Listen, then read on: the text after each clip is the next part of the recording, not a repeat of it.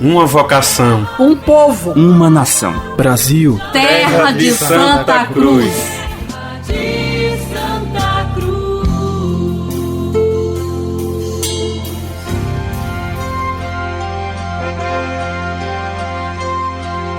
Vitória, tu reinarás,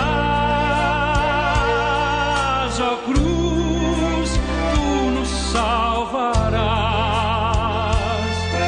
A Rádio Voz do Coração Imaculado apresenta Brasil, Terra de Santa Cruz, com a participação especial do professor Evandro Faustino. Brilhando sobre o mundo. Caros amigos da Rádio Imaculado Coração, bom dia. Meu nome é Evandro Faustino, eu sou historiador e fui convidado pela Rádio Imaculado Coração para tecer alguns comentários a respeito desse belíssimo tema Brasil, Terra de Santa Cruz. O primeiro comentário que eu gostaria de fazer a respeito do tema, antes de entrar propriamente no assunto da história, é comentar a beleza desse nome que foi dado à nossa pátria, Terra de Santa Cruz. Nós sabemos que os navegantes portugueses tinham o costume, um lindo costume, de dar aos acidentes geográficos, às ilhas, aos golfos, aos cabos que eles descobriam, nomes de santo. Nomes do santo, às vezes nome do santo do dia. É possível acompanhar com um calendário na mão, acompanhar os acidentes geográficos descobertos pelas expedições portuguesas nas costas do Brasil e determinar a data pelo nome do local. Quando a expedição portuguesa de Pedro Álvares Cabral chegou às costas da Bahia e encontrou a terra, essa terra que é o primeiro pedaço do Brasil que eles viram, eles, acreditando tratar-se de uma ilha, eles deram o nome de Ilha da Verdadeira Cruz, porque se inspiraram não propriamente no santo do dia, mas se inspiraram no Cruzeiro do Sul. Como todos sabem, na Europa não se vê o Cruzeiro do Sul. O Cruzeiro do Sul só se vê no hemisfério sul. E para eles foi um encanto descobrir que havia nos céus do Brasil, nos céus do hemisfério sul, uma constelação em forma de cruz, onde as 5 chagas de Nosso Senhor Jesus Cristo estavam lá representadas de uma forma muitíssimo mais clara, aliás, do que as representações das constelações do hemisfério norte, Ursa Maior, Ursa Menor, etc. Deram esse nome e logo depois verificaram que não era propriamente uma ilha, mas era uma terra enorme, um continente, e aí mudaram o nome para esse nome que permaneceu durante séculos e que era o nome de Terra de Santa Cruz. Aliás, esse nome, ainda de certa forma, é o nome oficial do Brasil. Né? Bom, o descobrimento trouxe para o Brasil uma série de benefícios que são simplesmente incontáveis. Mesmo que a gente não se dedique a examinar com profundidade todos os benefícios, há uma infinidade de dons que chegaram, que derivam do fato de que quem descobriu o Brasil foi um povo católico.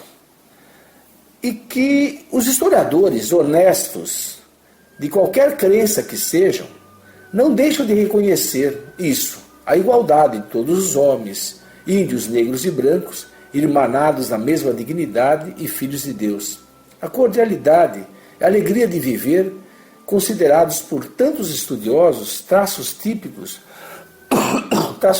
do caráter nacional brasileiro, a tolerância e a capacidade de conviver com todos, que deixam às vezes perplexos tantos outros sociólogos que não são brasileiros, anglo-saxões, germânicos.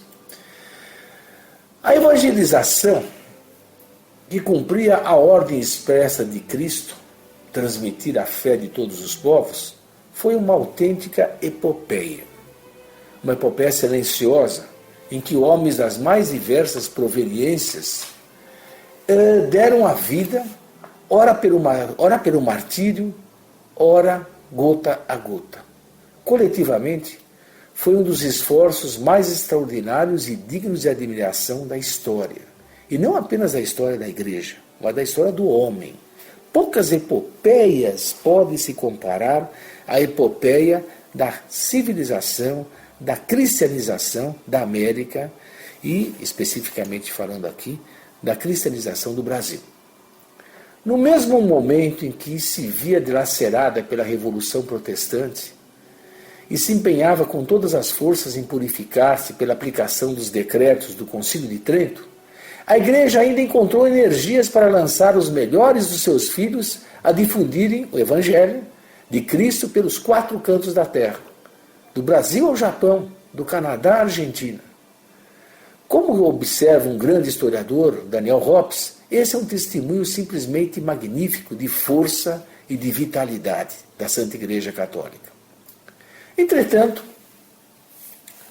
a par do entusiasmo que empolga tantos ao comemorarem a fé que professam, sem deixar de esquecer e lamentar como é evidente os inevitáveis erros humanos que se cometeram, vemos que há gente que parece dedicar-se exclusivamente a ressaltar os erros.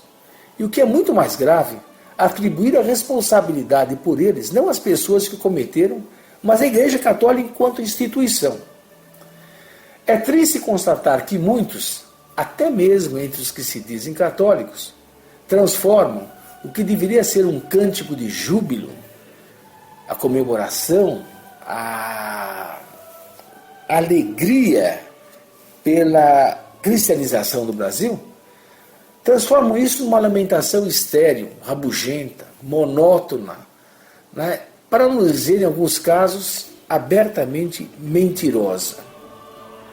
O tom dessas mentiras, o tom dessas reclamações, o tom dessas chatices que muitas pessoas dizem, é mais ou menos o mesmo em toda a parte, mais ou menos assim. O descobrimento foi, na verdade, uma conquista. Foi o início da opressão da Europa sobre a América. O ensino religioso foi um instrumento dessa dominação.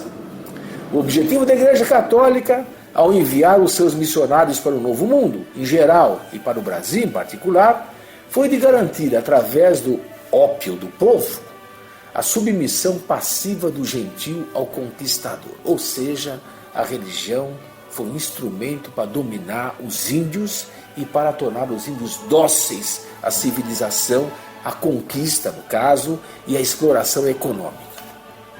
Fanatizada por essa visão de conquista, a Igreja desprezou e ajudou a esmagar todo o imenso tesouro da cultura indígena que vicejava na América. A opressão religiosa aumentou em malícia e maldade quando chegaram os missionários. Na verdade, os missionários eram agentes treinados do imperialismo, que exploraram a boa-fé dos indígenas e, depois de os despersonalizar, os transformaram em escravos a serviço de seus inconfessáveis desígnios de dominação. O crime nefando tornou-se ainda mais sinistro com a importação dos escravos negros da África, monstruosa violação de todos os direitos humanos, que a Igreja não apenas não condenou, mas sancionou abertamente. O papo é mais ou menos esse. O Charabiá é mais ou menos nessa linha. Isso é repetido, essa lenga-lenga monótona de tanto ser repetido e veiculada em livros didáticos, em revistas, em programas de TV, até em certas homilias, infelizmente, acabou por tornar-se o politicamente correto. De tal forma que já nem se preocupa em trazer provas do que afirma. Não cita fontes, não faz uma análise mais realista, mas mais contextualizada, mais serena, menos eivada de fanatismo.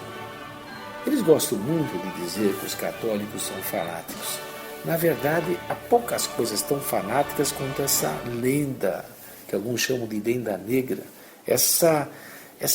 esse arrazoado, esse amontoado de inverdades ou de dubiedades que é essa acusação contra a Igreja Católica a respeito da colonização do Brasil e da América. Eu gostaria aqui de trazer à luz algumas fontes que não são novas, mas que são sistematicamente esquecidas e postas de lado. Gostaria de analisar um pouco esse assunto, gostaria de trabalhar com os meus leitores a respeito disso, né? E gostaria de conversar com vocês a respeito de tantas mentiras que se falam a respeito da colonização do Brasil, colonização católica do Brasil. Uma das bobagens, uma das formas de análise que se usa para se interpretar a história dos descobrimentos é um argumento, é um modo de pensar que diz: a economia explica tudo. Tudo se faz por motivos econômicos.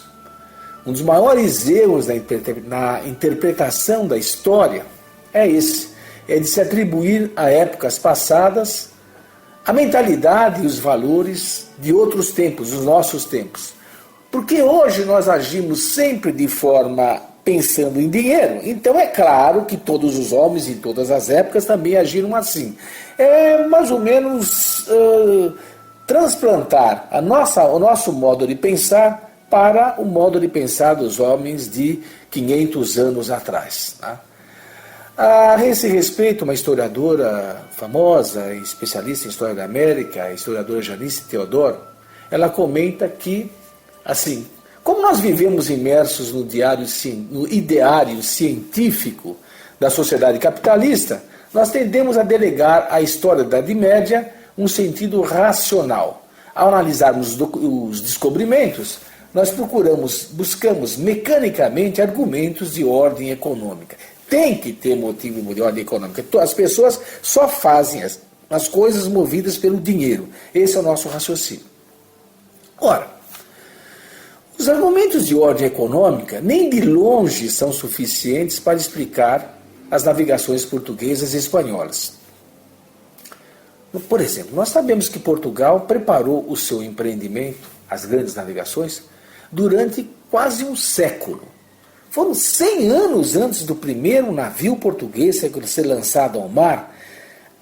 Os portugueses estavam preparando isso, preparando as navegações. De um século de trabalho, um século de pesquisa, um século de estudo. As escolas, nós conhecemos isso da escola, a escola de Sagres, o Infante Dom Henrique, são coisas que povoam a nossa cultura desde os primeiros anos da escola. Será que os meros interesses comerciais conseguem explicar todo um século de pesquisa? Vamos imaginar uma coisa, vamos imaginar uma conversa. Vou fazer uma brincadeira, peço perdão por isso, mas acho que é uma forma lúdica de explicar um pouco o absurdo disso. Vamos imaginar, lá no século XIV, uma conversa entre duas pessoas. Um deles é um homem, um baixinho. Vamos imaginar que você num baixinho, ele está interessado em promover as navegações. Ele não tem dinheiro, ele quer promover as navegações, ele tem sede de lucros, porque os homens são movidos só pelo interesse econômico, então ele está querendo convencer um burguês rico a pôr a mão no bolso e dar o dinheiro necessário para financiar essa empresa que seriam as navegações. Então vamos imaginar uma conversa entre esse baixinho e o burguês. O baixinho diria assim: estou lhe dizendo, amigo, as especiarias do Oriente são negócio do futuro. Compramos por uma ninharia e vendemos pelo preço que quisermos. Um ótimo negócio. O burguês pergunta: mas onde é que estão essas especiarias que vamos comprar? O baixinho diz: claro, estão no Oriente. E o burguês responde: ah, tá bom, e onde fica o Oriente? O baixinho diz: ainda não sabemos ao certo. Porque no século XIV não se sabia ao certo. No século XIV não havia mapas que dissessem onde é que estava o Oriente direitinho. Ainda não sabemos ao certo, mas vamos procurar. É por isso que estamos precisando de dinheiro para fabricar navios. O burguês: mas vocês já sabem pelo menos qual é o caminho? Vocês têm mapas? Ora, o baixinho diz: esse é um outro problema.